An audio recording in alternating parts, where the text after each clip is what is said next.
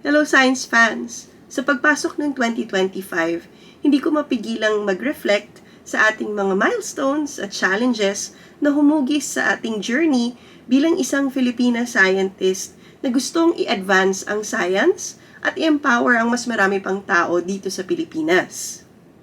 Ang huling taon na ito ay na-reaffirm ang aking paniniwala sa power ng science. Hindi lang sa pag-solve ng mga problema natin sa mundo, kundi pati na rin para mag-inspire ng pagbabago at mag-uplift ng mga communities. Pero bago natin pag-usapan ang mga reflections na ito, gusto ko munang mag-hi sa ating mga bagong manonood. Ako po si Chona and I'm your resident Filipina scientist. Isa po akong molecular ecologist na mahal ang dagat. Isa rin po akong teacher at nagtuturo po ako sa De La Salle University since 2007. At ang Siyensya ay ang aking science communication channel, kung saan gusto ko po sanang mag-inspire pa ng mas maraming kabataang Pilipino na pumasok sa field ng STEM. Isa sa mga highlights ng 2024 ay ang pag-launch ng Siyensya Thesis Grant, isang programang napakalapit sa aking puso. Ang inisyatibong ito ay nakadisenyo para suportahan ang mga batang babae sa STEM, lalong-lalo na yung mga nasa senior high school at college students na nakakaharap ng mga barriers pagdating sa pag-pursue ng research nila dahil sa financial constraints. Gustong-gusto ko ang grant na ito dahil no strings attached siya. Gusto kasi naming ipakita sa ating grantees na naniniwala tayo sa kanilang potential pero ayaw natin silang i-burden with unnecessary obligations. Yung pagkapanood ko ng update video ng isa sa ating mga grantees, si April May Mangahas, ay nakatouch sa aking puso. Ang kanyang progress at passion para sa science ay pinapaalala sa akin kung bakit napaka-importante ng mga inisyatibong ito. At excited na akong mapanood ang mga updates galing sa iba pang mga grantees. Ang ating citizen science efforts ay nagkaroon din ng momentum nung nakaraang taon. Nakarating tayo sa mga lugar mula Cagayan, Pangasinan, Sorsogon, Capiz at pati na rin Lanao del Norte. Ang mga programang ito ay para i-engage ang mga lokal na komunidad para makakolekta sila ng data tungkol sa mangrove forest characteristics. Ang data na ito ay importante dahil i-integrate natin sila sa alinmango, ang aming predictive model para ma-identify ang magandang panggagalingan ng mga crablets para sa pagpapataba ng mangrove crab.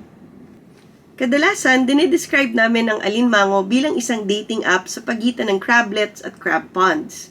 Pero isa siyang algorithm na minamatch ang crab ponds sa mga magandang panggagalingan ng crablets at nami-minimize ito ang losses na dulot ng inabilidad ng mga crablets na mag-adapt sa kanilang bagong environment.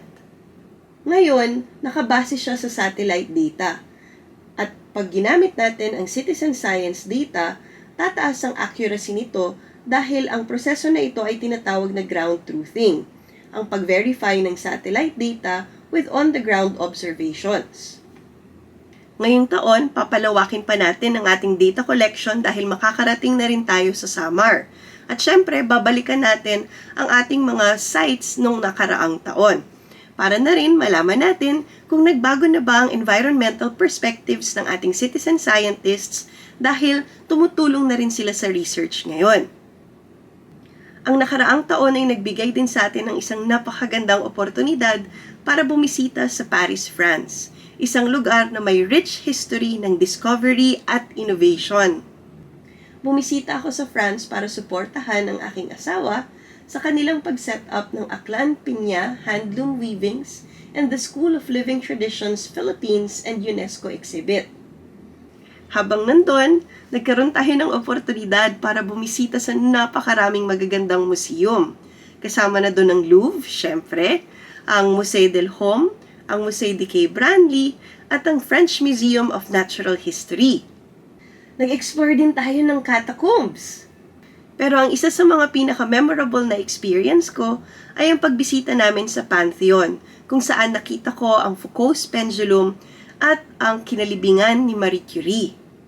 Napaka-importante ng Foucault's pendulum kasi dinedemonstrate nito ang rotation ng Earth. At syempre, ang pagtayo sa presensya ng grave ni Marie Curie ay isang moving experience para sa akin.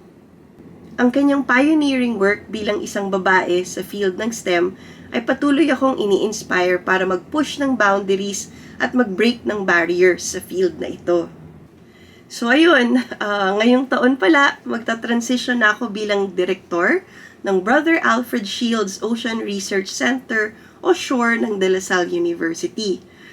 I feel very grateful at punong-puno rin ako ng anticipation.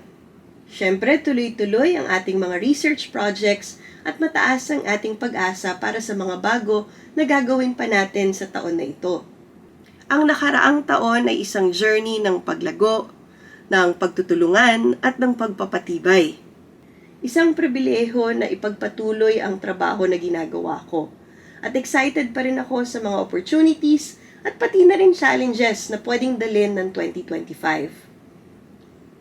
Sa aking mga science fans, mga kapwa kong mananaliksik, mga kapwa kong guro, at sa ating lahat na nangangarap, patuloy po nating i-push ang boundaries ng STEM at i-break natin ang mga stereotypes at norms na meron sa Pilipinas at patuloy po nating gamitin ang STEM sa paggawa ng magandang pagbabago sa ating bansa.